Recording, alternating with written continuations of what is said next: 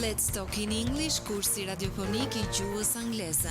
Let's talk in English. Të flasim anglisht çdo ditë duke ndjekur programin Let's Talk in English në orën 14 në Radio Emanuel.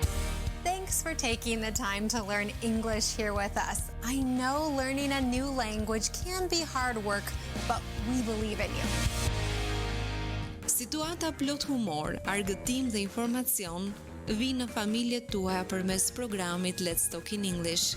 Mësojmë rreth teknologjisë, artit, kulturës dhe fushave të ndryshme të jetës, duke ndjekur këtë kurs radiofonik të gjuhës angleze.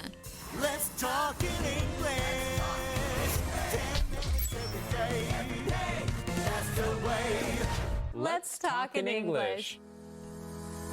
Rikthehemi në studio miq me njërin nga hapësirës së parë muzikore që startonte programin në ditën e sotme, sikurse e prezantova edhe më sipër. I ftuari për sot është Erisel Kalemaj për të folur mbi të gjitha në kuadër të ditës ndërkombëtare të turizmit. Përshëndetje, mirë se erdhe profesor, kënaqësi të jemi së bashku. Mirë se u gjeta, kënaqësi është e ime. Unë e përmenda dhe më sipër, ndoshta herë të tjera, patjetër ne kemi folur për turizmin, për Korçë Alpin, për vizita në vende të ndryshme dhe destinacione mjaft të veçanta, por sot do të ndalemi më tepër së bashku tek Dita Ndërkombëtare e Turizmit, duke marrë spunto sepse kjo ditë shënohej në kalendarin historik për gjatë fundjavës, prandaj I apasionuar mbas turizmit edhe gjithçka që ai sjell, më trego pak se si ti personalisht e përjeton këtë ditë si një njeri që punon prej vitesh tashmë me turizmin, duke I referuar qytetit ton Korçës. Në fakt, dita e turizmit është ose vetë industria e turizmit ka filluar vitet e fundit ose shekullin e fundit, sepse turizmi nuk ka qenë një koncept në vitet e shkuara ose shekujt e shkuar, më tepër njerëzit lëviznin për problemet, për shqetësimet që mund të kishin ose për nevojat e tyre.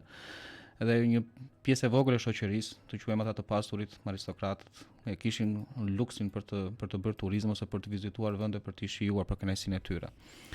Me zhvillimin e shoqërisë, turizmi u bë mirëfilli një lloj industrie fitimprurse, ku individët, rritja e mirëqenies së tyre, komunikimi, shpejtësia e transportit e kështu me radhë bëri që turizmi të ishte një nga shtyllat kryesore të ekonomisë së vendeve, ata që dëshironin të ofronin për këto vende. Zakonisht në turizmin e kemi lidhur me një koncept siç janë pushimet verore. Po turizmi është tashmë një koncept më I gjerë, që përfshin shumë aktor dhe faktor apo edhe destinacione.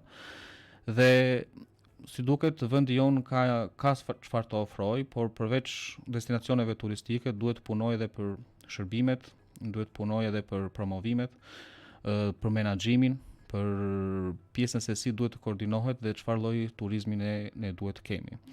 Njëkohësisht, bashkë me zhvillimin e turizmit që ne mund t'i përmendim si të mira, siç janë të mirat financiare, zhvillimin e vendit e kështu me radhë, apo edhe shkëmbimet ndërkulturore që mund të vijnë nga turizmi. Turizmi ka dhe anët e tij të quajmë negative ose problematike. Po themi për shembull turizmi masiv po kthehet në një lloj problemi, sepse ka ndotje, ka ndotje akustike, ka prezencë të kulturave të ndryshme, sepse teorikisht ne mund të flasim për një bashkëtesë ndërkulturore, por në praktik mund të ketë edhe përplasje.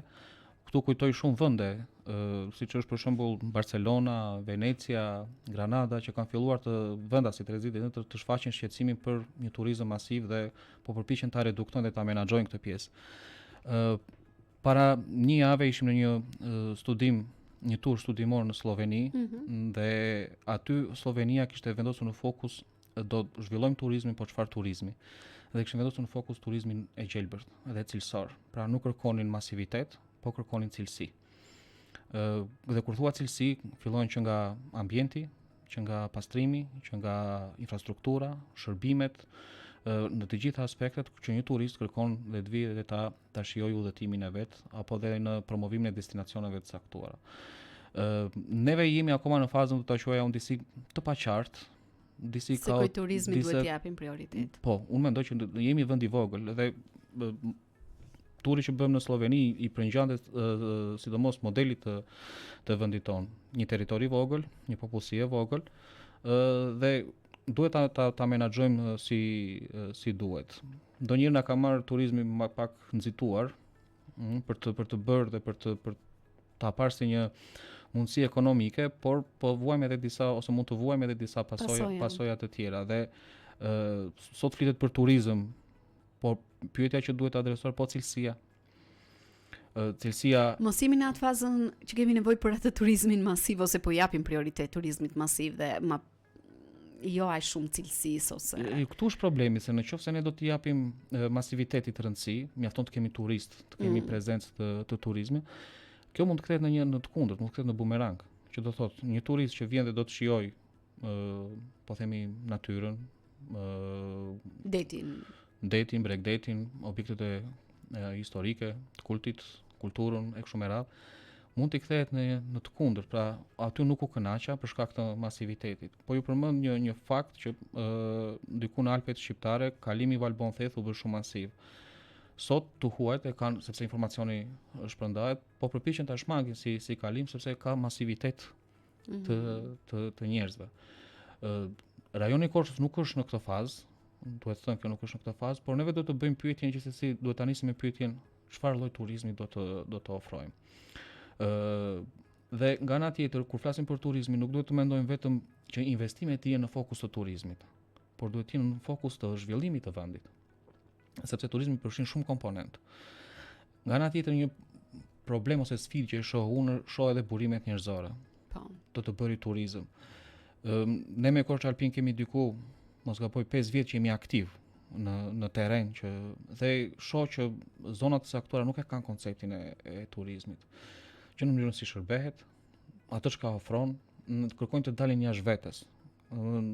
Që në arkitekturë, në ndërtimin e bujtinave, të përpiqen të ofrojnë diçka më tepër, ndërkohë që turizmi ose turisti kërkon të shohë ty në atë të veçantën tënde, si je ti, autentik, siç je. Dhe ne ndonjëherë përpiqemi të dalim jashtë vetes. Pra kemi nevojë edhe për një lloj si do thuash trajnimi ose një lloj ndërgjegjësimi, informimi, kultivimi cilësor të komunitetit, ata që përbëjnë ose që do të shërbejnë në fushën e turizmit.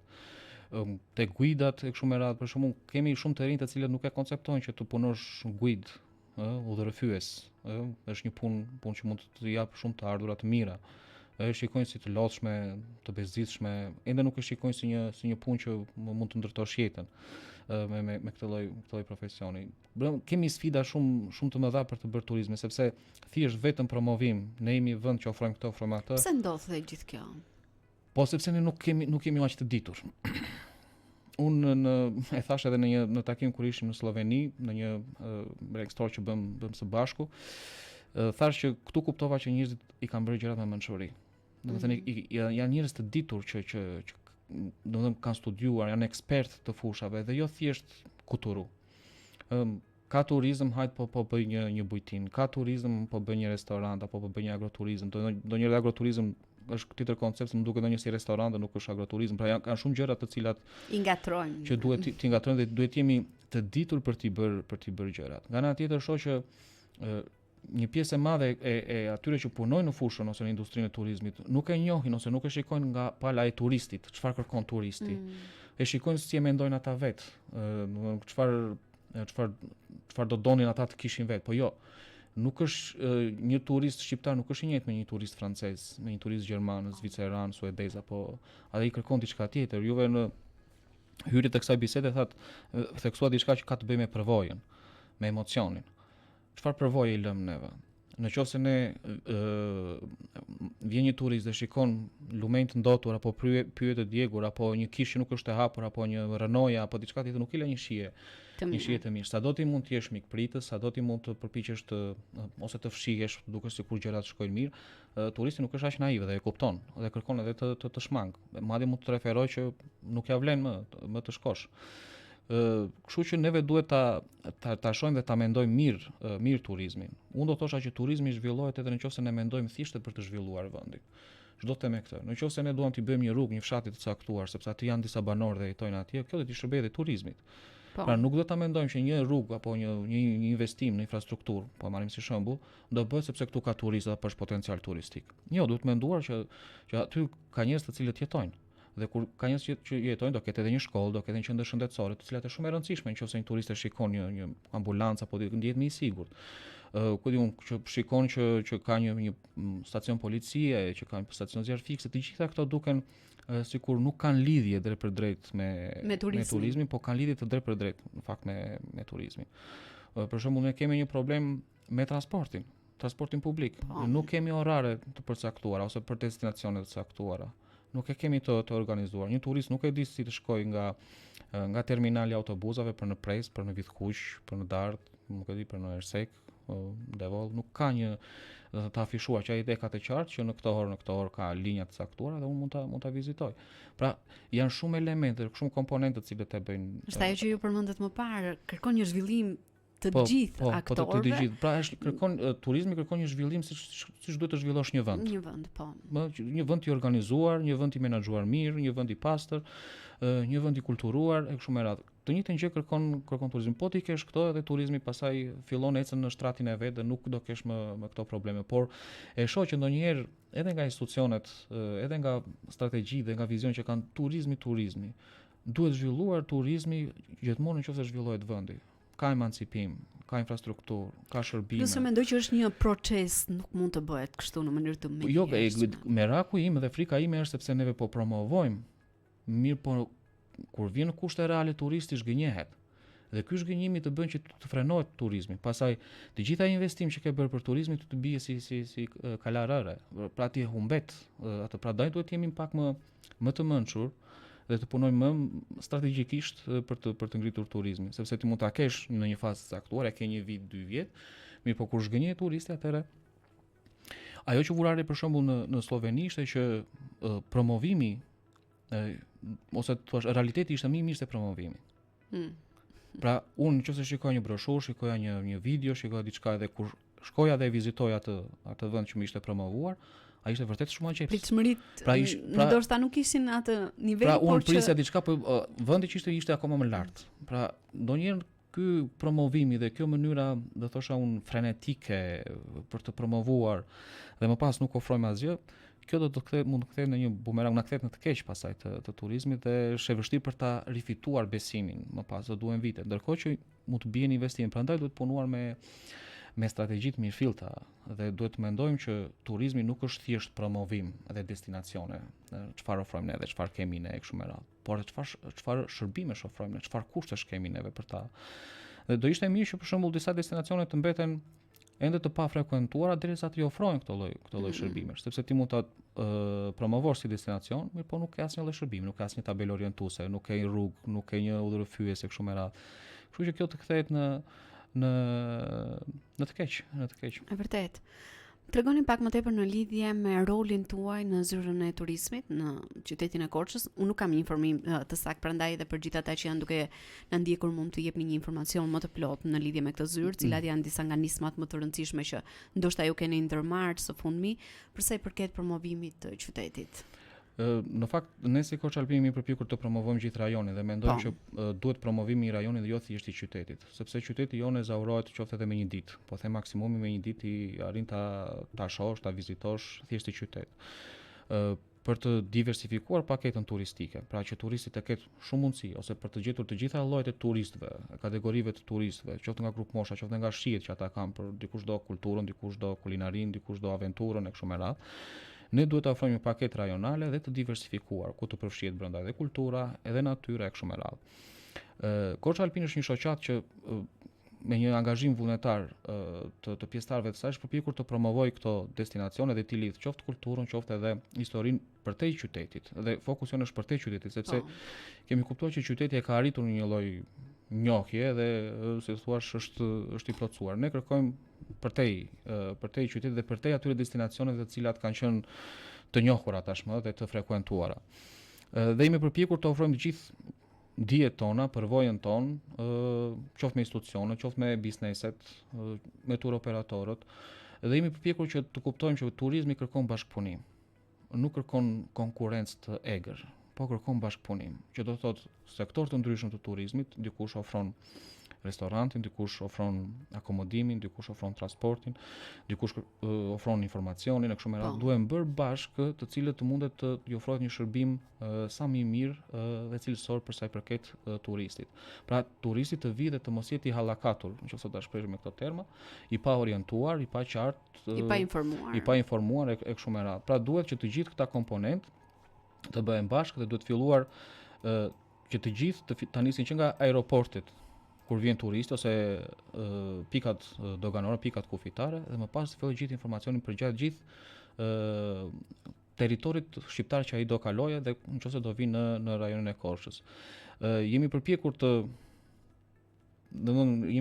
të t'i orientojmë për ende shohim një lloj ngërçi do thosha unë, një lloj hezitimi, një lloj ngadalësie. Për të qenë të sinqert, shumë njerëz edhe nuk e kuptojnë. Këtu përfshi edhe institucionet, por edhe biznesi ka që edhe nuk e kuptojnë këtë pjesë, shikojnë turistin thjesht një person që do fler në hotel, por se si do qëndrojë edhe një ditë më tepër ai nuk e ka këtë koncept. Thjesht unë ofroj akomodimin e hotelit, ofroj pastërtinë, ofroj nuk e di, luksin apo gjithë logjistikën që i duhet për akomodim, por nuk mendon për te. Këtë vjet re edhe nga institucionet, po vjet re edhe nga bizneset. Jo të gjithë kanë filluar të kuptojnë disa se çfarë duhet bërë dhe çfarë duhet ofruar më tepër. Gjithsesi unë mendoj që neve na duhet një strategji rajonale për turizmin dhe nuk jam kundër turizmit të eventeve, por më duket e pak si e zauruar edhe pjesa e turizmit të eventeve. Domethënë ne kemi disa evente që bëhen në qytetin tonë, po edhe në qytetet e tjera, kuptoj këtu po Gradecin, Mersekën, Kolonjën apo Bodevollin apo bashkitë të tjera që përpiqen të bëjnë evente dhe më duket që turisti kërkon më tepër spontanen dhe jo diçka të stisur, të organizuar e kështu me radhë. Dhe i mëshoj faktit që neve përveç aspektit kulturor, identitar që mund të kemi, mund të ofrojmë edhe turizmin e natyrës dhe kjo e rrit. Në këtë aspekt na duhet të ende punë edhe për të ndërgjegjësuar shumë, jo vetëm komunitetin, por na duhet të ndërgjegjësojmë edhe bizneset edhe institucionet për ta kuptuar si duhet të funksionojë. Korça është një rajon i pasur, unë do thosha që ka një armë të fortë që ka një ndërthurje të bukur të natyrës me kulturën. Domethënë sepse këtu ka histori të lashtë që nga primitiviteti deri dhe në mesjet e kështu me radhë, kohë antike dhe nga ana tjetër e ndërthurur bashkë me natyrën ke se çfarë ti ofrosh. E rëndësishme është menaxhimi. Është shumë e rëndësishme pjesa e menaxhimit. Kërkon energji, kërkon staf për ta menaxhuar. Po u them diçka, vetëm në Voskopoj nëse do çosh vizitor, të duhet një person i cili duhet të hap kishat. Që duhet të merret vetëm me kujdesin e tyre që të hap kishat, që të orientojë, të informojë kështu me radhë. Mirë, po në Voskopoj janë 5-6 kisha në ndjenin time që janë të aksesueshme, janë të vizitueshme. Po të cilat janë në distanca të ndryshme, pra kërkohet vërtet një angazhim. Dhe për themin nëse ti ofron Voskopojn, por për te Voskopoj çfarë ofron? Ose Dardha ose këto janë destinacione të cilat janë të njohura. Po për te tyre çfarë ofron? A mund t'i ofrosh një shëtitje, a mund t'i ofrosh ski, a mund t'i ofrosh një udhëtim, ku diun me biçikleta apo kështu me radhë që ky turisti të ndjej edhe pjesën e trashëgimisë kulturore, por nga ana tjetër të përfshihet edhe natyrë, të bëjë edhe një aktivitet dhe ta njohë më në detaje. Unë mendoj që ka çeduar tek pjesa e promovimit. Edhe promovimin më të mirë e bën komuniteti, e bën njerëzit të cilët merren me këtë pjesë dhe e njohin mirë veten. Nga ana tjetër komuniteti në gjykimin tim duhet të fillojë të kuptojë që nuk ka nevojë të shtiret fare për të bërë turizëm. I duhet vetëm të tregojë që është vetvetja. Si ka jetuar, si gatuan, si mendon, si organizon jetën, si ka ritualet, traditat, doket, zakonet, ashtu siç është, pa krijuar shtirje, pa krijuar. Dhe nga ana tjetër kjo duhet shkojë patjetër ngushëllisht me mbrojtjen e mjedisit dhe të natyrës. Domethënë nëse ne duam të zhvillojmë turizmin pa mbrojtje të mjedisit, nuk mund të kemi turizëm.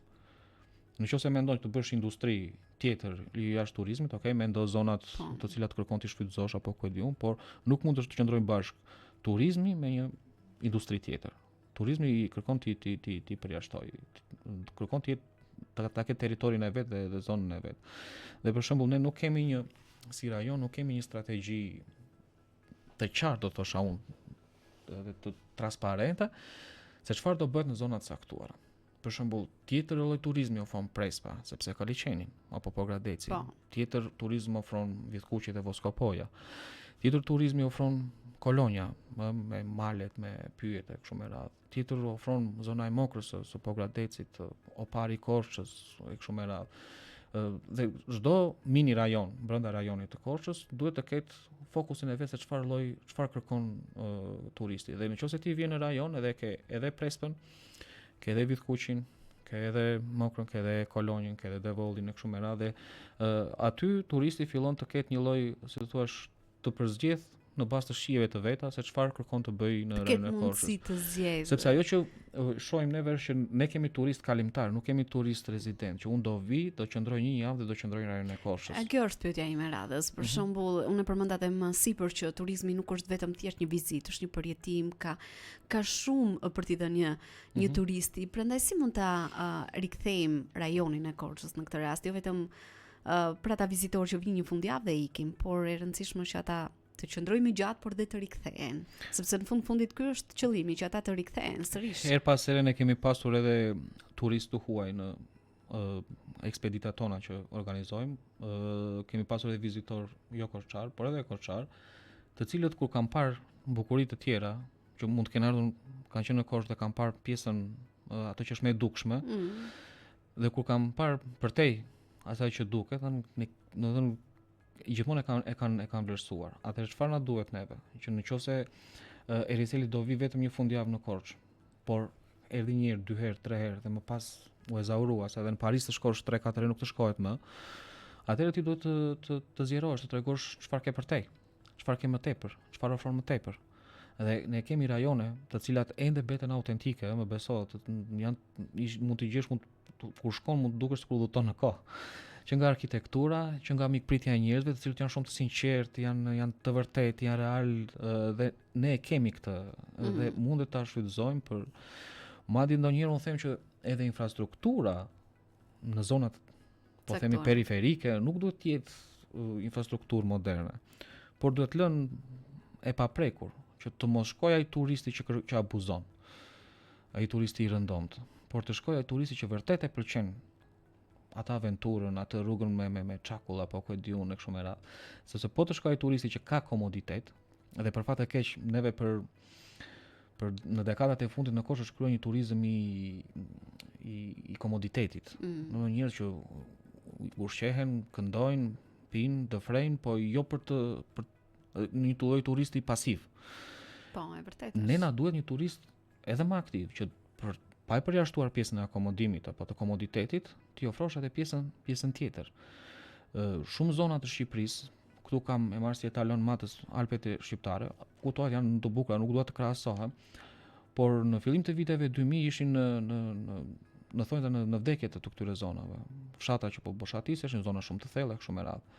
Sot aty gëlon një industri dhe ka një si thuash një fluks financiar, të cilat këto nga disa fshatra që ishin në zgrip, tashmë po kthehen në pika turistike dhe në fshatra turistik të frekuentueshëm, që mjafton të punojnë 5-6 muaj siç është sezoni dhe ka punuar jo keq, po e them but, jo keq, kanë punuar për gjithë vitit dhe kanë krijuar të ardhura shumë të mira. Atëherë a mundet t'i kthejmë edhe neve këto? Dhe t'i bëjmë ashtu siç thash në mënyrë të zgjuar, të ditur se si ti menaxhojmë dhe të menaxhueshme që të kemi një vazhdimsi të turizmit, jo thjesht të qëndrojnë në një e promovojmë një vit, 2 vit, pati një fluks, një boom dhe më pas të kthehet në pikën 0 sërish. Kjo kërkon vazhdimsinë, atë qëndrueshmërinë që flitet her pas here. Dhe në rajonin jon ka zona shumë të bukura, madje edhe të paprekura. Po të kujtoj vetëm jo larg që këtu ne jemi 10 minuta nga ish parku kombëtar Bredi Drenovës. Është një park që nuk ka ndërhyrje njerëzore pothuajse fare.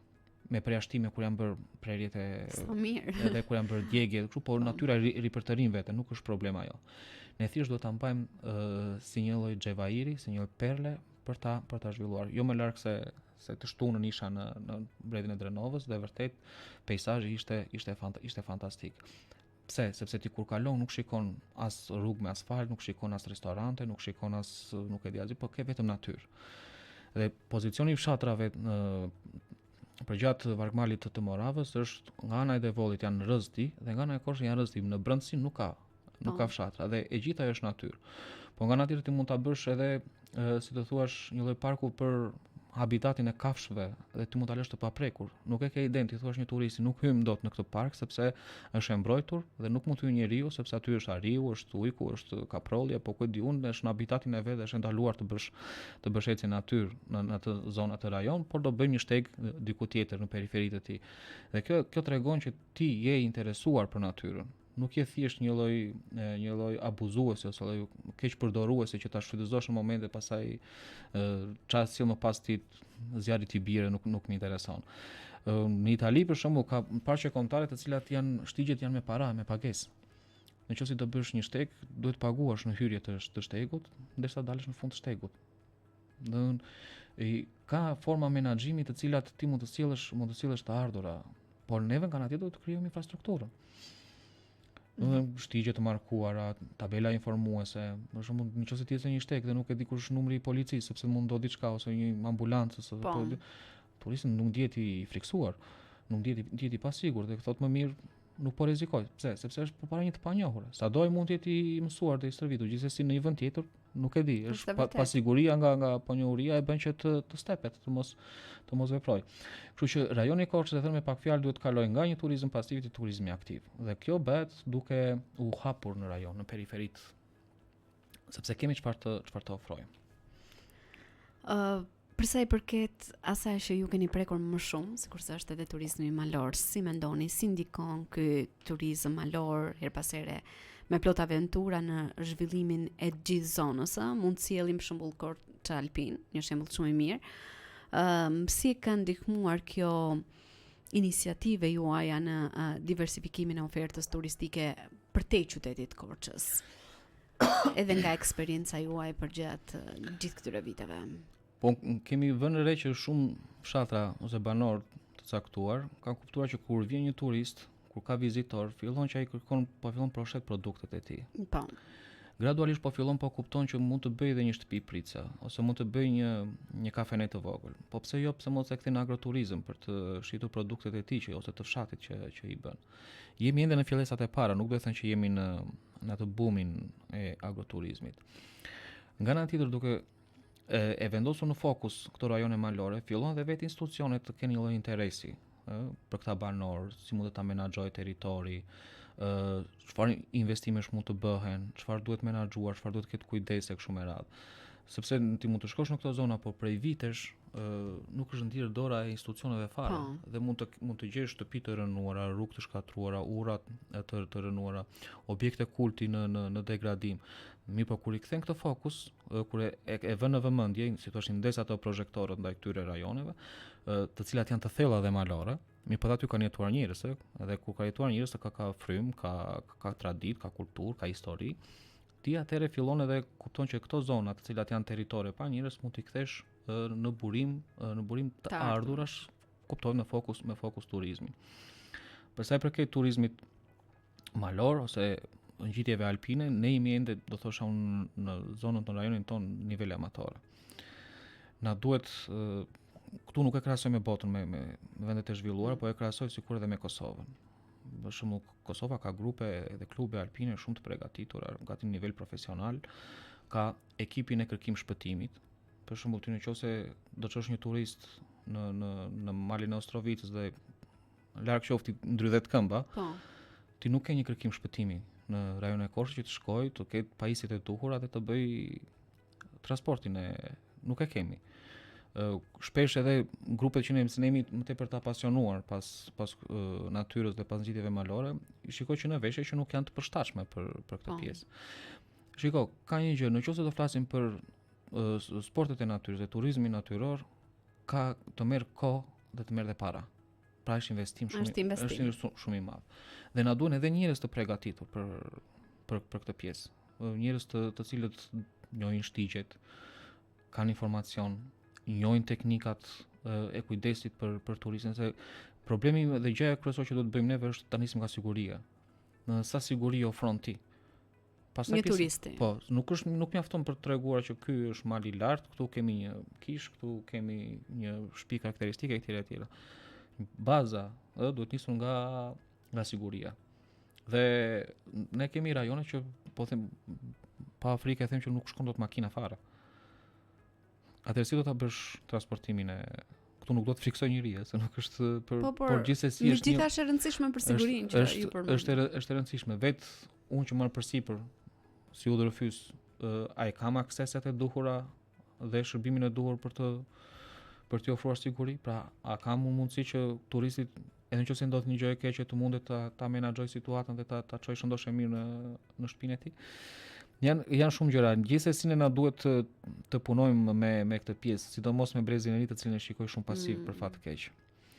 Nuk e shikojnë akoma, ne kemi edhe në universitet një program studimi që ka të bëjë me turizmin.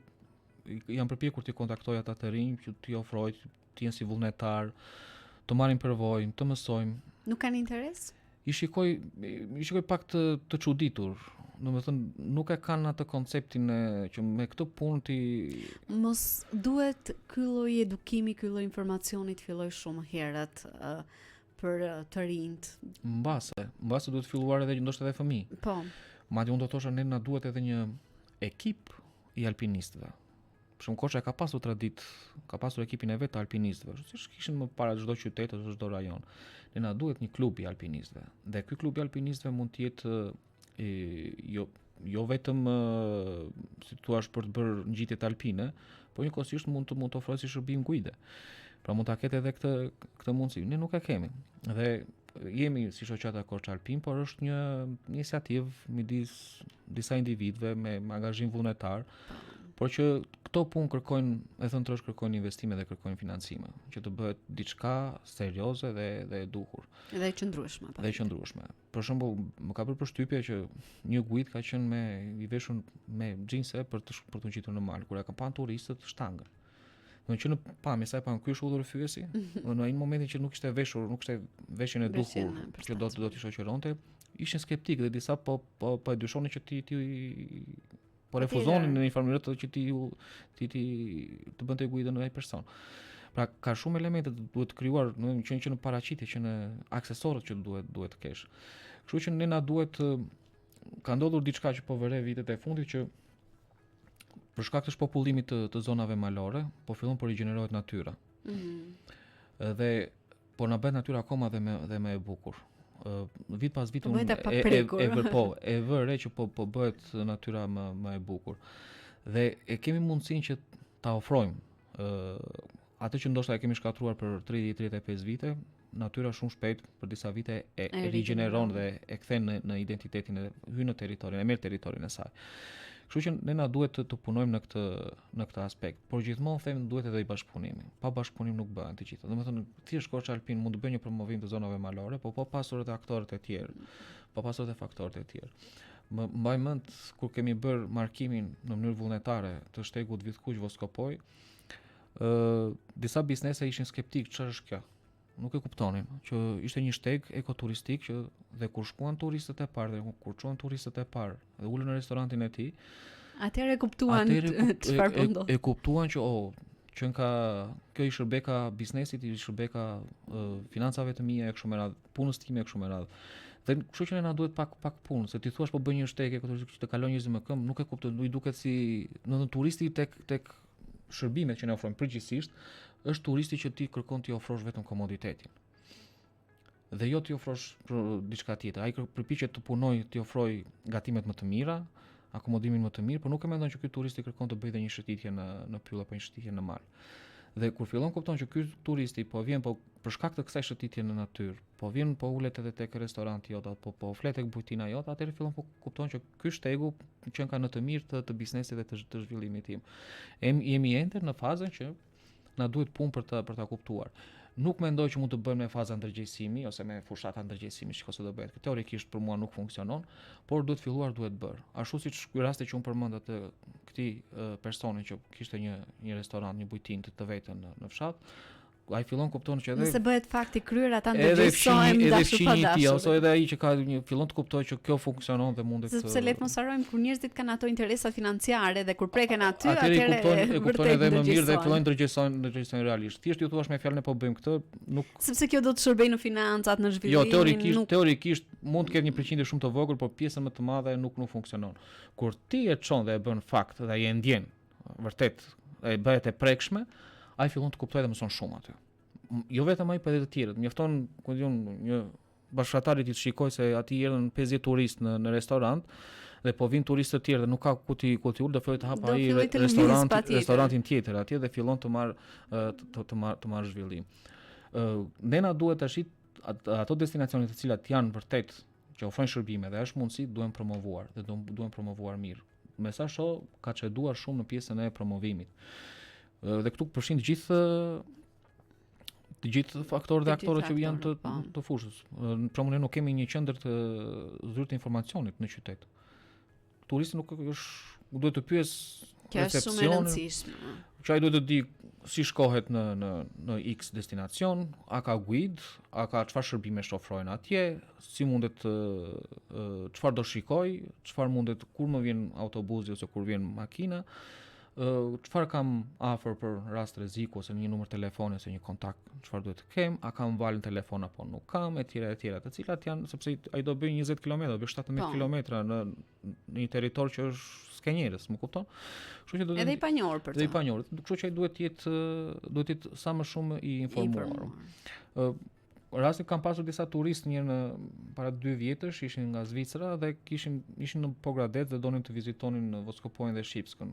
Në bisedë sipër ju sugjeroj të nesme do ktheheshin në Maqedoninë e Veriut, do kalonin në doganë e Tushemishtit. Ju thash pse nuk provoni të kaloni nga zona e Prespës, Gorica e vogël është dogana aty dhe mund të hyni dhe ta shikoni dhe otha nuk e dinim. Tur operatori që sillte këta turistë nga Zvicra ka 2 vjet që frekuenton edhe zonën e Prespës. Pra çfarë bëri ose çfarë bëra unë në mënyrë modeste po e them këtë, që nëse do qëndroj 2 ditë në Erën e Korçës, duke parë Prespën qëndroj 3 ditë. Nëse do kishe më tepër informacion për destinacione të tjera, ai do filloj do t'i ofroj këto destinacione të tjera, çfarë do ta bëj, që nga 2 ditë të bëhen 3, të bëhen 4, të bëhen 5 ditë që ai mundi të shikoj të gjithë rajonin e Korçës.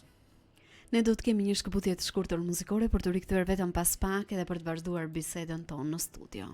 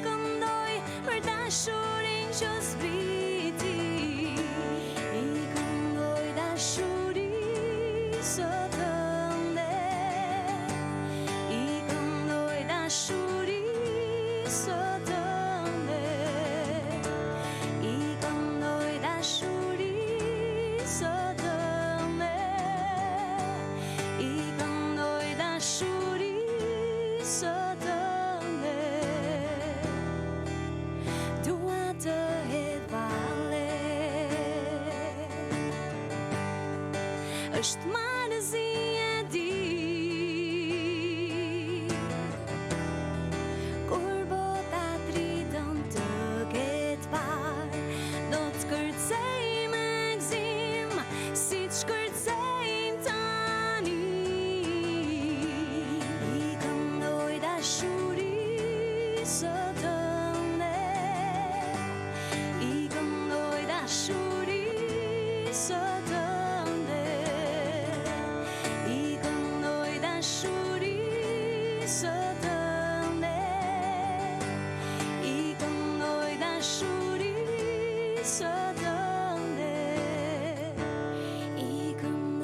dashurisë tënde, I këndoj dashurisë tënde, I këndoj dashurisë tënde, I këndoj dashurisë tënde. Rikthehemi sërish në studio për të vazhduar bisedën në ditën e sotme me Risil Kalemaj në kuadër të ditës ndërkombëtare të turizmit, edhe duke sjellë kështu edhe patjetër përvojën e Korçë Alpin ndër vite për sa i përket zhvillimit të turizmit në rajonin e Korçës. Nga eksperjenca juaj, çfarë kërkojnë më së shumti turistët kur vizitojnë Korçën, por edhe përtej saj? Ndoshta kulturë, natyrë, kulinari, apo edhe një miks të gjitha këtyre që unë përmendëm? Apo edhe përtej kësaj? Turistët kërkojnë emocion. Duan përvojë. Ti mund të shoqërosh në një objekt historik, mund të kesh një informacion, mund të mbash një leksion për atë. Okej, shumë e bukur, shumë e interesuar, bëjmë një foto, diçka. Por ti kur i ofron diçka autentike, që ai nuk e gjen në asnjë vend tjetër, atë i ngelet në mendje. Në qoftë se për shembull një turist i mund ta shëtisësh në një fshat turistik, po marr Voskopojnë që është më, dhe në qoftë se ti e pret në një shtëpinë e një fshatari modest, në oborin e tij, sikur edhe 10 minuta, sikur edhe një çerekore, ti ofroj diçka të thjeshtë, ajo i mbetet në mendje. Ajo është autentike për të. Unë kam edhe një lloj rebelizmi dhe ndaj formave të promovimit të zonave rurale. E keni vënë për shembull gjatë verës ka një promovim të festave në fshat. Po. Të cilat më duken më tepër harbime, të pa organizuara, ndehje. Për mua nuk I shërben turizmit ato. Një turist kërkon autentiken. Si vishesh e gjyshja aty fshatarit atje? Si këndonte? Si pritesh e miku? Pa kemi mundësinë të ofrojmë këto? Duhet ta bëjmë. Ti nuk mund të shkosh me një... Sepse kjo është një trashëgimi që... Jo, Ankela, kemi një problem. Neve në qoftë se shkojmë tek turisti dhe I ofrojmë një muzikë me laptop aty dhe hajde të bëjmë valle në lëm dhe ku e diun të bëjmë disa tenda aty edhe piu e deu edhe ku e diun, nuk është ky turizëm, më vjen keq që e them. Këta banor mund ta duan vendlindjen e tyre, origjinën e tyre etj. Por në qoftë se duan të bëjnë vërtet turizëm, duhet të tregojnë të veçantat që kanë të zonës së tyre. Pse mos bëhet në një formë të tillë ku të ketë këngë ku të transmetohet brezave të rinj. Këngët që këndojnë zona e tyre. Pse mos ketë veshje tradicionale të zonës së tyre, të vishën bukur. Nuk po them të gjithë pjesëmarrësit, po një të ndihet atmosfera. Pse mos ketë një organizim se si bëhen, po themi, dasmat, si pritesh e miku. Dhe këtu turisti shikon dhe kupton se si organizohesh. Shkon traditën, kulturën. Po këto format e tjera pasaj nuk e di, të cilat më duken me keqardhje, them, duken pak të prapambetura. Është një lloj gëzimi që është I shfrenuar, por nuk është as estetik, nuk I shërben as zonës. Shuhet shumë shpejt. Po nuk I shërben as zonës, sepse do kenë ndotje, do kenë bingarkesë e kështu me radhë. Dhe unë do të preferoja të kishte diçka më të thjeshtë dhe më autentike për ta transmetuar. Nuk është nevoja që ne të kemi në këto zona të kemi fruta që nuk bëhen, të kemi pije të cilat nuk bëhen në këtë zonë. Turisti dojnë ku diun lëng thane. Nuk kërkon pije. Jo, unë mendoj që nuk e di se sa ka burime njerëzore apo njerëz aty që vërtet kanë mundësi për t'i realizuar të gjitha këto, sepse le të shohim edhe ti me realist që pjesa më e madhe e këtyre zonave janë shpopulluar. Jam shumë dakord, janë shpopulluar, por ti mund të çosh këta që janë larguar nga këto zona, kanë fëmijë, kanë nipër, kanë mbesa. Ti marrë dhe ti çojnë të kuptojnë se si ka jetuar gjyshi I tyre. Por një formë thjesht një të qenit, më fal, një lloj dasme, vetëm ëndrrët e nuse nuk mungojnë aty, po është një lloj banketi I tillë që vetëm ku diun kërcehet, dehet edhe kështu me radhë. Por mua nuk është promovim, nuk është turizëm. Turisti do të shikojë atë se këtë shikon ai. Do të mblidhen disa njerëz ku diun që hedhin valle me një kompjuter atje, nuk përbën për mua turizëm. Ne duhet të tregojmë, madje është edhe ndotje një, po ta kuptosh, është ndotje. Ti do të çosh në atë zonë për të treguar veten kush je ti. Kështu jetoja, kështu I kishim zakonet, kështu këndonim, kështu vajtonin po duash e si të tjera, por ti tregosh vlerat e tua. Pse? Se unë po shoh që në shumë zona ne po na humbet vlerat etnografike. Etnosi, po humbet dhe po kthehet në një turbo folk. Po. Ky nuk është turizëm. Me keqardhje them, po nuk është turizëm, sepse i njoh mirë zonat rurale, nga që i kam shëtitur dhe po të hysh të flasësh me mësues, me të moshëm, të tregojnë histori, gojdhëna, legjenda, zakone, adete e kështu me radhë, të cilat vërtet mëson dhe kupton. Edhe arsyeën pse ndodhin dhe pse bëheshin në këtë formë, pse ishin këto marrëdhënie njerëzore e kështu me radhë. Dhe ti hyn edhe mbushesh, si të thuash. Por këto forma të tjera pastaj këto janë okay për të kujtuar rënjët, por nuk është kjo mënyra e duhur, them unë, për të kujtuar rënjët. Ne na duhet të kthehemi pak tek vlerat tona, tek ato që është autentike në të gjithë kuptimin, në më të gjithë. Se në fundit ta mendosh, duke folur ju në këto momente, këtë gjë nuk ja u tregojmë vetëm, domethënë nuk kemi mundësi as turistëve t'ja u tregojmë, të tregojmë rënjët, kulturën, traditën, por as fëmijëve, të vegjëlve, brezave të ardhshëm. Po nuk në kohën e teknologjisë që ne po e mësojmë dhe me këtë mentalitetit të rinjve ose të kësaj gjenerate, ne duhet t'i kthejmë tek e vërteta si ka qenë. Kurse u tregojmë dot fëmijëve tanë, si mund t'i tregojmë të gjitha këto një turisti. Nëse ne e bëjmë këtë duke ja treguar fëmijëve në një mënyrë apo në tjetër kemi treguar të turistëve. Këtë pjesë, por ne nuk po ja tregojmë as ashtu siç duhet edhe vetes tonë. Dhe ky është një problem shumë i madh. Ka banor për shkakun që të tregojnë për objekte, për kala, për kështjella, ku diun që janë rreth territoreve të tyre, rreth zonave të tyre, nuk i njohin, nuk kthehen si destinacione. Po mbeten të ngushtë vetëm në këtë qertull. Kështu që unë gjykoj që ne na duhet të kthehemi pak tek e veçanta siç jemi neve. Dhe po të mendosh, vetëm rajoni Korçës ka një diversitet kulturash, por edhe natyrore, po duash. Fillon që nga malet, kanionet, liçenet, lumenjt, luginat e kështu me radhë. Po nga tjetër nga diversiteti etnografik dhe kulturor. Kemi zonat e Vollit, shumë me vallet e tyre karakteristike, ke Gorën, ke Mokrën, ke Vakafet, zonë Vakafet, ke Kolonjën, ke Prespën që është minoritet, është autentike, është e veçantë e kështu me radhë. Dhe ne këtë duam. Po e kthyem, po u fut moderniteti i tepruar, edhe pa vend ne do të shpërfytyrohemi. Dhe ajo që kanë vërtet tek turistët, se për të kthyer edhe te pyetja, duan pikërisht të veçantën. Edhe kur kam aq pak, se nuk është se jam një guide dhe mirëfillt, aq pak të huaj vizitorë që kam shoqëruar, nuk mbajnë mend as çfarë ju kanë thënë për X kish edhe X fshat, që mund të kenë mbajtur edhe leksione, po mbajnë mend atë mikpritjen atij fshatarit aty që ku di unë kanë dhënë pak reçel, ku di unë arat, nuk e gotën e rakis. Mënyra si veprojnë ndërveprimi. Atë formën e tyre tradicionale, ajo ju ka mbetur në mend dhe ata e don. Format e tjera pasaj ai mund t'i gjej kudo. Shkojnë në muze, ka edhe në Paris, ka edhe në Berlin, ka edhe në Korçë. Patjetër është i veçantë muzeu i Korçës sepse ka ato të vetat. Por nëse duhet t'i ofrojmë diçka autentike, të jetë vërtet autentike. Për shembull, kur e çon tek muzeu i arsimit, duket diçka e veçantë. Po. Sepse ne e kemi. Kur e çon tek një muze etnografik, shikon veshjet, etj me radhë, duket po diçka e veçantë.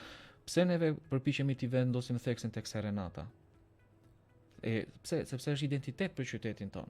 Madje unë do thosha që edhe Serenata duhet t'i kthehemi siç Serenatat e vjetra, me të gjithë tekstet, jo me shpërfytyrimet që po i bëjnë me Serenata. Dhe këtë duhet kemi një fond të caktuar, të ketë grupe të caktuara, të cilat të këndojnë në këtë mënyrë dhe të zhvillohet. Kështu e gjithë ajo që gjykoj unë është një kthim në identitet.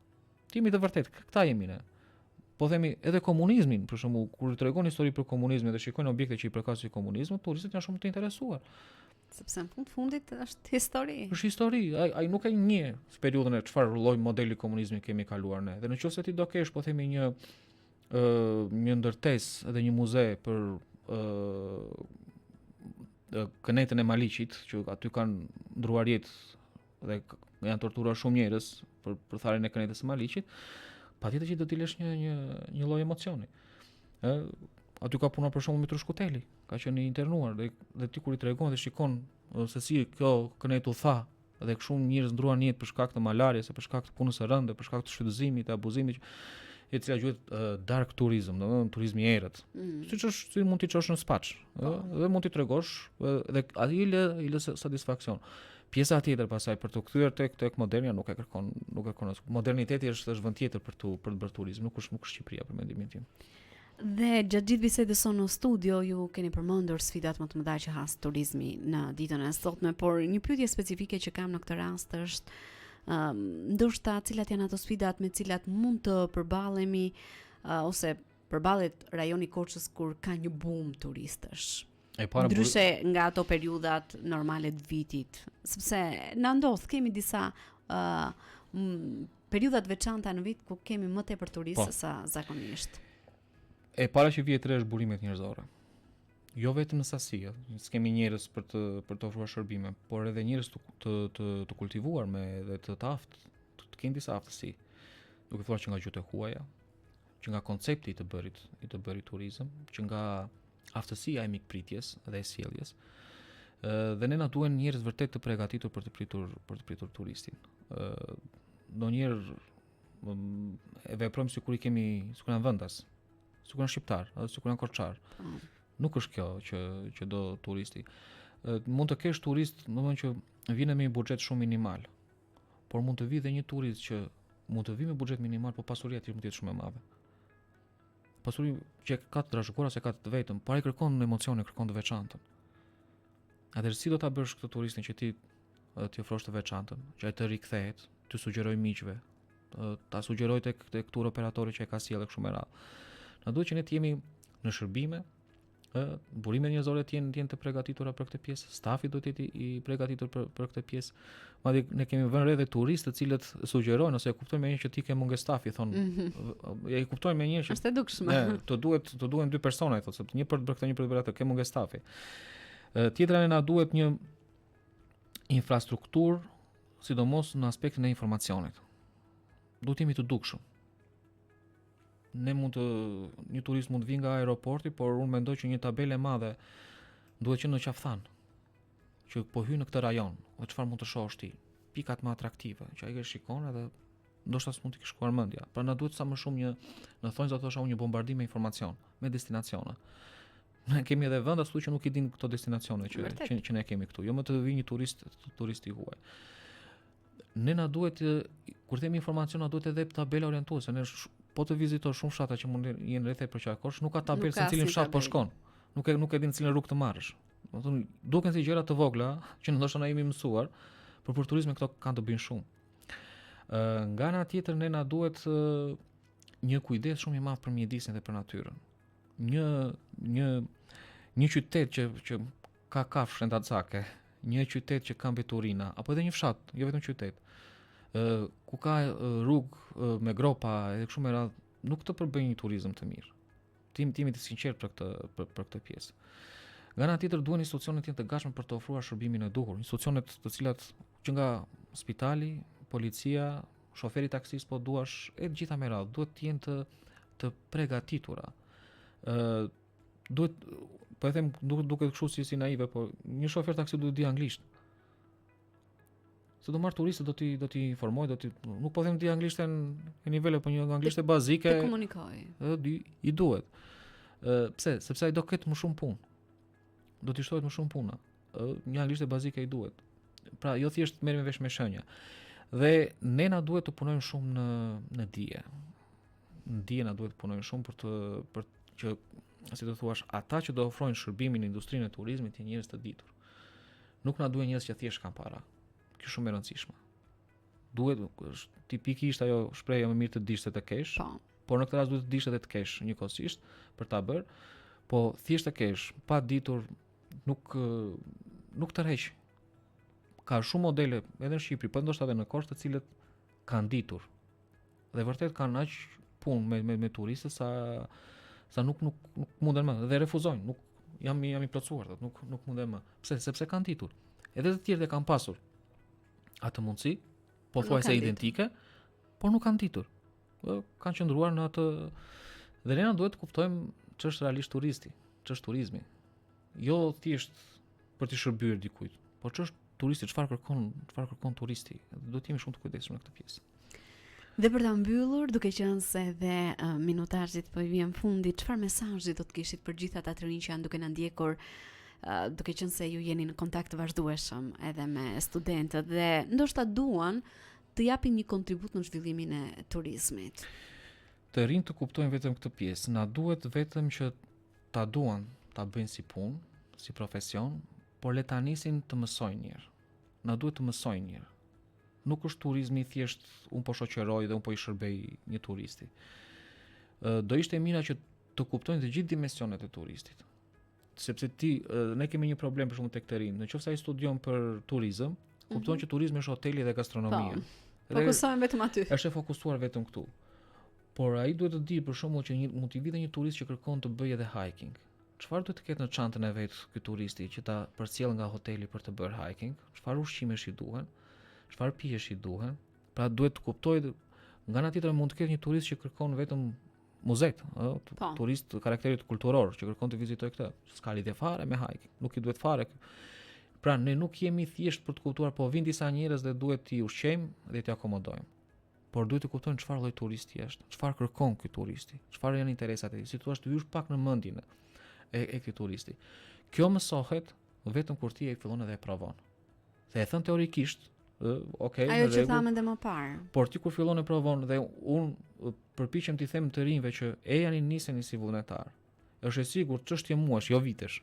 Çështje muash ti do kesh mundësi të kesh punë, të fillosh të krijosh të ardhura nga turizmi. Gjithmonë nëse e do. Nëse shikon që unë po bëj, po s'po vjen, edhe duhet patjetër, okay. Prit të vi po më mirë çdo orë që tani. Ti je turist, nuk do të thotë, më fal, ti je një iri që studion për turizëm, nuk do të thotë ti je një kamarier apo ti je një kuzhinier. Të kuptojmë apo një recepcionist. Ja, mund të jesh një menaxher shumë i mirë. Mund të jesh një bësh punë e marketingut, shumë mirë të promovimit, shumë mirë. Mund të jesh një udhërfyes shumë i mirë, që madje është një profesion sot që krijon jo pak të ardhura. Është një punë patjetër e lodhshme. Çdo punë ka sakrificat e veta, pa diskutim, ka impenjimet e veta, si çdo punë, çdo profesion. Por nëse do ta bësh këtë, vërtet duhet ta nisësh duke mësuar. Dhe si në çdo fushë. Kur fillon mëson, do të jesh ti ai që do refuzosh pastaj, do të thotë që do kesh aq shumë punë sa në fund do refuzosh. Kështu që duhet nisur nga dëshira dhe më pas bashkë me dëshirën të vi dhe dia dhe dëshira për të mësuar. Unë të falenderoj vërtet shumë, profesor që ishe sot pjesë e programit Muzik Plus, kënaqësi të ishim së bashku, është një temë shumë e gjerë, mund ta shohim në këndvështrime nga më të ndryshmet, por unë personalisht ju kam dëgjuar me shumë kurreshti dhe besoj që të kemi përcjell mesazhe shumë të rëndësishme për komunitetin, për gjithë ata institucione që kanë mundësi për të vepruar dhe mbi gjitha për të rinjt, të cilët për fat të keq janë shumë pak të interesuar në këtë fushë. Është e vërtet dhe bisedat e tilla dhe diskutimet e tilla në një farë mënyrë ndoshta neve prekëm vetëm problematikat, por është më mirë të diagnostikojmë, si të thuash, problemin ose plagën, edhe për ta shëruar, jo thjesht për t'i bërë qetësues që shko sa bukur jemi ne, sa mirë jemi ne. Patjetër kemi vende shumë të bukura, patjetër kemi destinacione, jemi njerëz me energji shumë pozitive, jemi shoqëri, kemi mikpritje, jemi shoqëri shumë e dashur, jemi shoqëri shumë e dashur, mirë, po nuk mjaftojmë vetëm këto, na duhet jemi edhe të kujdesshëm për të qenë edhe neve dinjitoz në punën që bëjmë. Për të qenë zgjuar. Po, dhe jo për të qenë thjesht disa shërbëtorë që po marrim disa para, por për të qenë dinjitoz dhe për të qenë krenar për natyrën dhe për historinë dhe për kulturën apo për veten tonë, për identitetin që ne kemi. Faleminderit dhe kënaqësi. Kënaqësi të ishim së bashku. Unë uroj një ditë mbar në vazhdim. Ne shkëputemi për të ndjekur një tjetër hapësirë muzikore. Rikthehemi miq vetëm pas pak së bashku.